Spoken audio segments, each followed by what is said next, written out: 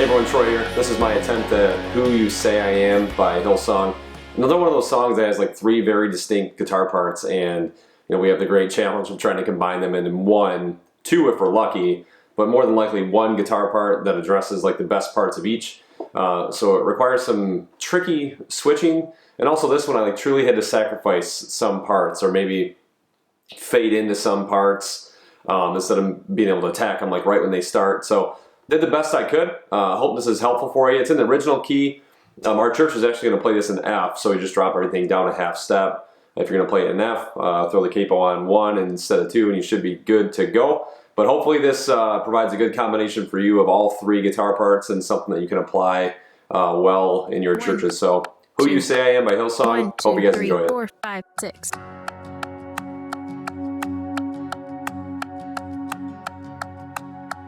Verse.